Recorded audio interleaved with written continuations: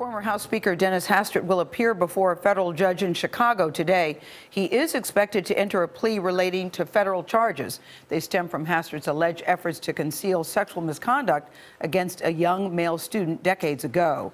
Dean Reynolds is outside U.S. District Court in Chicago with why Hastert may want to avoid a trial. Dean, good morning. Good morning. Well, after more than a week of salacious stories that have tarnished his record and damaged his reputation, perhaps irreparably, the former speaker finally gets his day in court. Hastert has remained largely out of public view for the past 2 weeks. CBS News shot this video on his family farm last week. Apparently, Hastert playing with dogs outside a garage, while inside a minivan with a license plate reading "Speaker" is parked. Hastert has retained Washington attorney Thomas Green, who's defended high-profile clients all the way back to the Watergate scandal.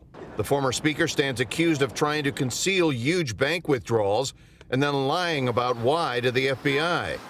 Officially, the federal indictment says Hastert made the withdrawals starting in 2010 in the course of transferring more than $1.5 million to a person identified as Individual A, to keep that person quiet about past misconduct by Hastert. Unofficially, sources say it was sexual misconduct, and it took place when Hastert was a teacher and wrestling coach at Yorkville, Illinois High School from 1965 to 1981. Patrick Collins is a former federal prosecutor who says a trial would be risky for Hastert because it could bring out more damaging information from his past. If there is a trial, I believe the name of Individual A comes out. Individual A may well testify. If there's an Individual B and C and D, those names come out. As Speaker, Hastert was a towering figure nationally, but especially in rural Yorkville, where many are having a hard time reconciling the man they knew with the one going before a judge this afternoon.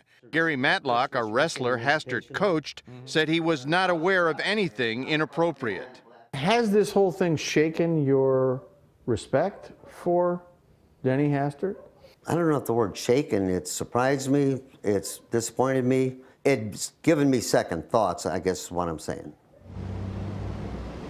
Now, Hastert is expected to enter a plea this afternoon, and that's when we'll find out whether he intends to fight these charges, which, if proven, could send him to prison.